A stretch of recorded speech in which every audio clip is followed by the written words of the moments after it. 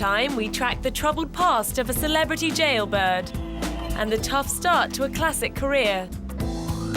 We remember the childhood challenges of a double Oscar winner and the indiscretions of an English heartthrob. Receiving her star on the Hollywood Walk of Fame, Hilary Swank was full of gratitude.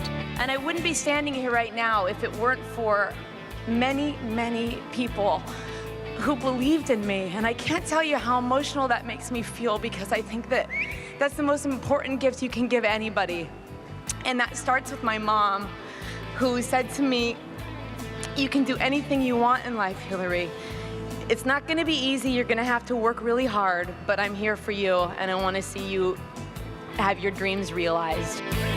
Hilary's emotional speech can't be written off as the theatrical gushings of an overindulged film star. Despite the fact that she'd won 2 Oscars by the age of 31, Hilary's start in life certainly didn't come with a silver spoon. Born in Lincoln, Nebraska in 1974, she grew up in a trailer park in Bellingham, Washington, with her mother and brother while her father traveled the country as a salesman. The young Hilary found it hard to fit in with her peers at school, who often abused her for living in a trailer, and she found solace in sports and acting. After years of enduring their rocky relationship, her parents finally split up when she was 15 years old. Her mother, Judy, was unemployed at the time, but instead of playing it safe and eking out her last $75, she decided to take the enormous risk of packing Hilary into her Oldsmobile and heading for California. For the first 2 weeks in LA, they slept in the car, living off Judy's mobile card and hanging out in coffee shops, laundrettes, and service stations. All the while, Judy was converting what little money she had into quarters to call up agents who might take on her talented daughter. The gamble paid off, and within the space of 10 years, Hilary had seemingly come out of nowhere to win her first Best Actress Oscar for playing murdered crossdresser Tina Brandon. She scored another as a gutsy female boxer in Clint Eastwood's 2004 tearjerker $1 Million Baby, becoming only the 3rd actress ever to convert 2 nominations to 2 wins. 3 years later, her name was set in stone on Hollywood's famous walkway. It represents that I'm living my dream. It's a great honor, and I'm beside myself right now.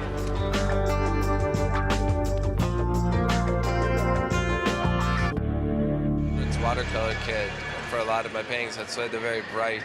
His mom and dad know him as Brian Warner, but to the rest of the world, he is Marilyn Manson, the rock star who took his name from 2 extremes of American celebrity, Marilyn Monroe and mass murderer Charles Manson. The moniker is fitting because people have often had extreme reactions to Marilyn. Some are horrified by his looks and his anti-religious opinions. He once said, "In the end, we're all Springer guests, really. We just haven't been on the show." A witty and perceptive comment referring to Jerry Springer's talk show, famous for bringing us the outlandish private lives of the non-celebrity guests. And Marilyn was definitely including himself in that comment. Born in Canton, Ohio, to a Catholic father and Episcopalian mother, he was sent to the Heritage Christian School. He found out early on, however, that religion couldn't protect him when he was molested several times by a neighbor, before finally breaking down and telling his mother what had happened. By the 10th grade, he had managed to persuade his parents to let him attend a public school. His disenchantment with Christianity grew and was fueled by his early career as a music writer, when he met and interviewed Trent Reznor of the Nine Inch Nails. In a few short years, the fledgling performer had gathered other like-minded folk around him and formed the group Marilyn Manson and the Spooky Kids, later shortened to simply Marilyn Manson. Well, I tell her every day that I'm an icon. In the following years, Marilyn had great success with a string of albums, such as Mechanical Animals and Antichrist Superstar. In 1999, he faced media condemnation when his music was blamed in part for the Columbine High School massacre. But in 2002, he appeared in Michael Moore's documentary Bowling for Columbine, defending himself and speaking eloquently and intelligently about the events. Over the last few years, Marilyn has found himself embroiled in a number of lawsuits, including a couple stemming from assault charges and a 2002 case in which a mother accused Marilyn of supplying her adult daughter with cocaine and instructing her to drive.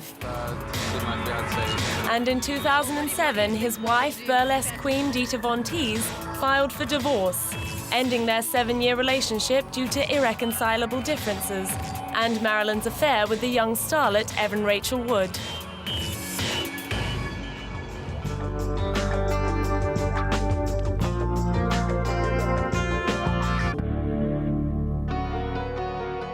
One of America's all-time favorite sweethearts is Meg Ryan.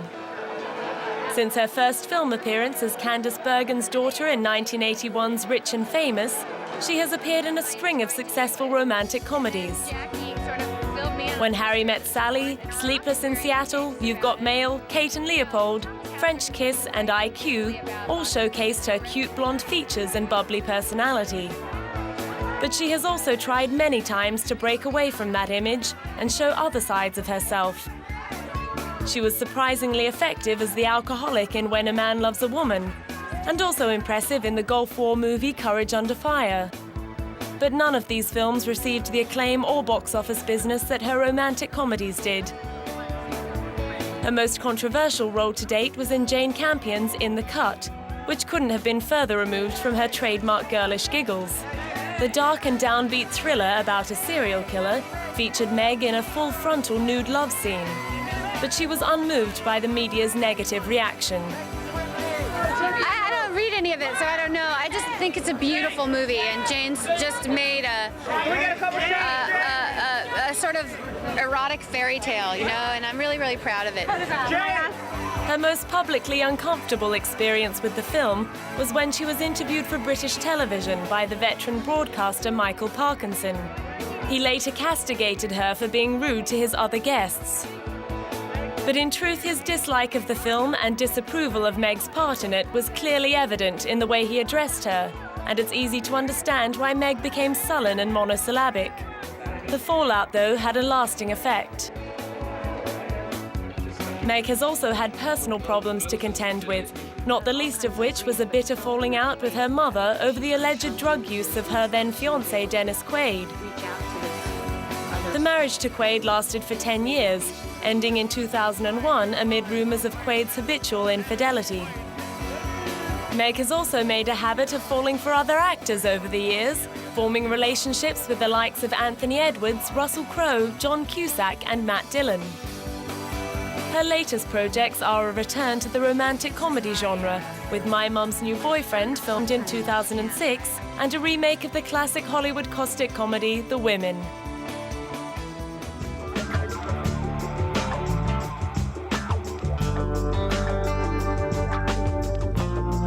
Coming up, Robert Downey Jr.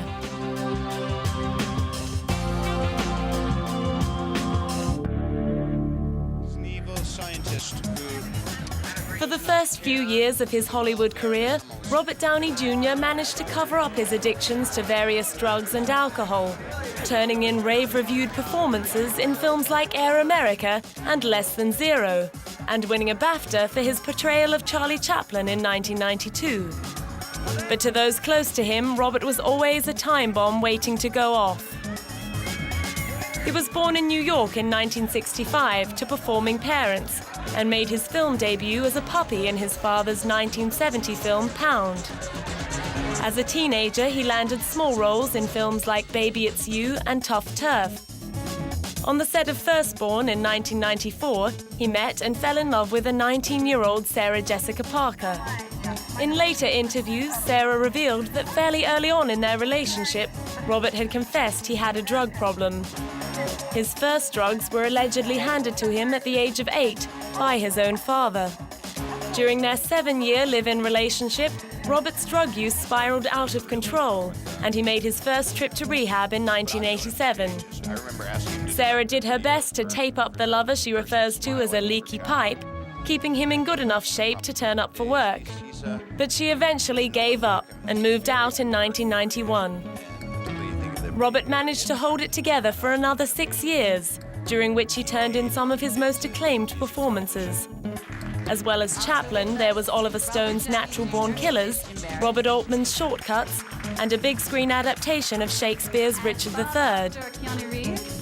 However, in 1996, it all caught up with him, and he was arrested 3 times within a year on charges involving possession of such hardcore items as Mexican black tar heroin, crack, cocaine, and an unloaded Magnum revolver. He was sentenced to 3 years probation, and for the next 4 years he was in and out of prison and rehab. During one of his court appearances, Robert was frank about his self-destructive behavior, likening it to holding a loaded gun in his mouth. The fallout from his growing police record included missing out on starring in Woody Allen's film Melinda and Melinda, because he was such a liability that no company would insure the production. He also ended up losing his Golden Globe-winning job on TV drama Ally McBeal after getting into trouble again in 2001. He got back on track playing a supporting role in the 2003 psychological thriller Gothica. However, despite managing to keep his nose clean, there were other problems on set. During the filming of A Tussle with Halle Berry, the film's headlining star broke her wrist. It was so intense, it made me really nervous. And, you know, I don't know if it's a self-fulfilling prophecy, but I was certain someone was going to get injured. And then, you know, we were struggling and her wrist broke. And I was like, oh my God, this is terrible and all that stuff. And, you know, we had to close down production and come back. I mean, it literally was that kind of film where it wasn't an action film, but it was so intense. Robert's ability to hold things together despite this intensity may have had something to do with dating producer Susan Levin, who he met during Gothica and married 2 years later. Robert has since credited Susan with keeping him away from the temptation of drugs. Having strung together 3 years of no run-ins with the law, Robert was starting to get more job offers, including playing the all-singing and dancing role of a bedridden crime writer who dreams up a musical. He found leaping from dark, intense scenes to outbreaks of music and dance under the direction of Mel Gibson a big challenge. When that first time that we shot it, I literally was like, wait a minute, you have to let me kind of get my act together. You can't make me get up while I'm still crying and dance some dumb song. And Mel was like, no, that'd be funny, that'd be funny. I go, I don't care if it's funny, it's not realistic. He goes, realistic? I didn't ask you to do, you know, the singing realist. This is called the singing detective. This is, come on. But he wasn't out of the woods yet, with producer Joel Silver still struggling to get him insured for the 2005 film Kiss Kiss Bang Bang. His partner in the crime comedy was fellow former bad boy Val Kilmer, and the film's writer-director Shane Black was relieved they behaved. There's this reputation that both of them have. You know, that's the past. There was nothing on my set to indicate that they were anything other than consummate professionals. Once again, Robert's cause was helped by his wife Susan, who was also one of the film's producers. After filming the 2006 film Fur, An Imaginary Portrait of Diane Arbus, he was ready to face the red carpet alone, while his co-star Nicole Kidman was playing a supporting role in husband Keith Urban's drug and alcohol rehabilitation. He was on great form entertaining reporters. My character was just, I kind of like just try to be mysterious and talking, and there's a lot of stuff to do, you know what I mean? Sometimes I don't know what to do with my face. This time, obviously, it wasn't that big a stretch, because I know what I did. This is the most avant-garde interview in history. Yeah, is that a fisheye lens? Why don't you compose yourself and I'll catch up with you later. He showed the same brand of self-deprecating humor at the premiere of his next film. A Scanner Darkly, which combined live action with animation, gave Robert the opportunity to exercise some of his demons by reliving his bleak days of drug addiction. I had these little fuzzy slippers. I had slippers. They were fantastic. Yeah. They were pink.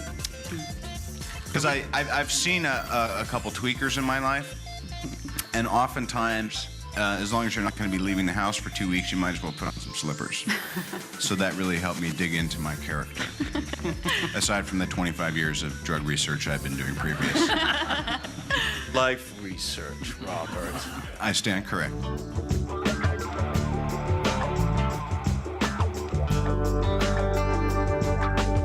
Coming up, Fred Astaire.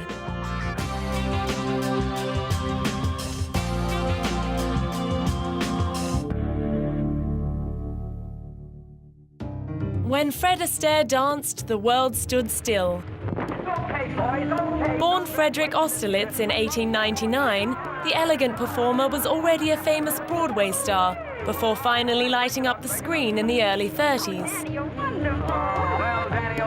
His legacy is such that the American Film Institute picked him as the 5th greatest male film star of all time. And his many films, particularly those musicals in which he co-starred with Ginger Rogers, are as lauded and loved today as they ever were. But it nearly didn't work out that way. To begin with, he originally tried out for a film career with his sister and dancing partner Adele. But they were rejected, and a few years later she left the act in order to marry an English lord. As it happened, this actually freed Fred up to dance with other partners and portray romantic relationships with them, which would have been impossible with his sister. And then there was his first solo screen test. Hollywood legend has long held it that the test was a disaster, resulting in the following report card: can't sing, can't act, balding, can dance a little. It was only in the 1980s that Fred insisted during an interview that the actual verdict was can't act, slightly bald, also dances. Which of course isn't quite as damning, but nor is it a ringing endorsement of the man who would come to be considered cinema's greatest ever dancer. With an appealing singing voice, perfectly suited for the Jerome Kern, Cole Porter and Gershwin tunes he made famous.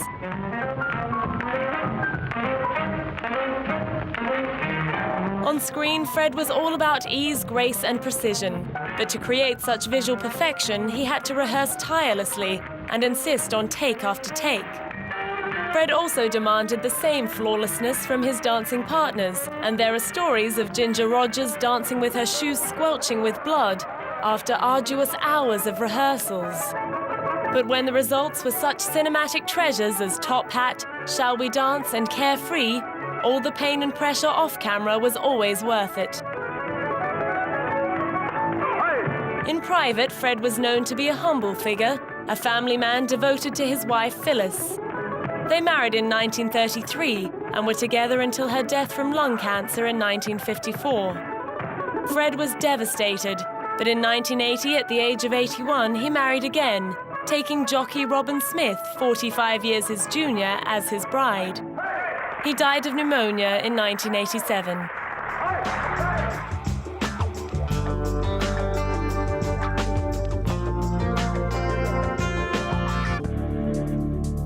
When Robert Wagner, known to his friends as RJ, married Natalie Wood for the first time, the marriage was described as the most glittering union of the 20th century. Of course, hyperbole is never exactly thin on the ground in Hollywood. Even so, in many ways, RJ and Natalie were the Brad and Angelina of the 1950s. Young, impossibly good-looking, and clearly made for each other. Despite the deep love between the two, however, it was through Natalie that RJ had his heart broken, not once, but twice. The young actor first came to notice in films like With a Song in My Heart and Stars and Stripes Forever in 1952. 4 years later, at the age of 26, he met the 18-year-old Natalie Wood and married her the following December. But financial pressures on the young couple, compounded by Natalie's problems with her contract at Warner Brothers, eventually took their toll, and she filed for divorce in April 1962. Natalie started seeing Warren Beatty, while a heartbroken RJ took off for Europe. There he met up again with an old friend, Marion Marshall, and married her in 1963. The marriage lasted for 7 years. RJ never got over Natalie, though, and kept in contact with her throughout the 60s. In 1971, they bumped into one another at a restaurant, and despite Natalie's marriage to Richard Gregson, resumed their relationship. In June 1972, after Natalie's divorce from Gregson, she and RJ remarried, holding the ceremony on their yacht Splendor. By all accounts, love the second time around was all the sweeter for the couple. Each had a daughter from their previous marriage, and they added a third in 1974. RJ's career hit a peak in the 70s with starring roles in TV series like It Takes a Thief and Heart to Heart. But his happiness was to be short-lived. On the 29th of November 1981, he and Natalie were dining on the Splendor with Christopher Walken. In circumstances that have been much speculated upon but never adequately explained, Natalie fell off the boat and drowned. The coroner recorded that she was intoxicated at the time. Left alone with 3 daughters to raise, RJ was utterly devastated, and to this day finds it very difficult to talk about her death or the events leading up to it.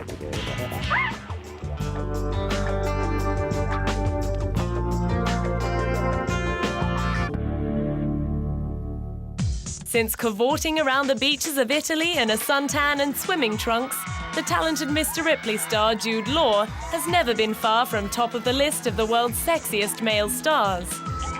But for the teacher's son from Lewisham in England, that honour has proved to be a double-edged sword. Scripts and offers of plum jobs have beaten a path to his front door, but so have the gossip-hungry paparazzi. On the set of Cold Mountain in 2003, snaps of Jude cozying up to his co-star Nicole Kidman flashed around the world, fueling speculation that he was cheating on his wife of 7 years, Sadie Frost. Whether or not the buzz bore substance, Jude and Sadie announced their split later that year, with Sadie winning custody of their 4 children and their £2 million London house in Primrose Hill. Within months, Jude was playing consort to his Alfie co-star Sienna Miller. But not long after announcing their engagement, he was caught having sex with his children's nanny when one of his kids walked in on them. The offending nanny, Daisy Wright, went on to sell her sordid story to the tabloids. Hammered by the gutter press, Jude issued a public apology, and he and Sienna set about patching things up, under the watchful eye of the media. But at the premiere of his 2006 film Breaking and Entering, reporters weren't letting him off the hook, determined to highlight the parallels between Jude and his philandering on-screen character. Like him, I'm always trying to do the right thing. I don't often do the right thing, but I'm trying to do the right thing and trying to learn lessons in life. And so those are maybe similarities. As the interrogation continued, Jude appealed for understanding. And if people want to draw comparisons and are interested to see it because of that, then actually I'm happy with that, because I think the pieces are very...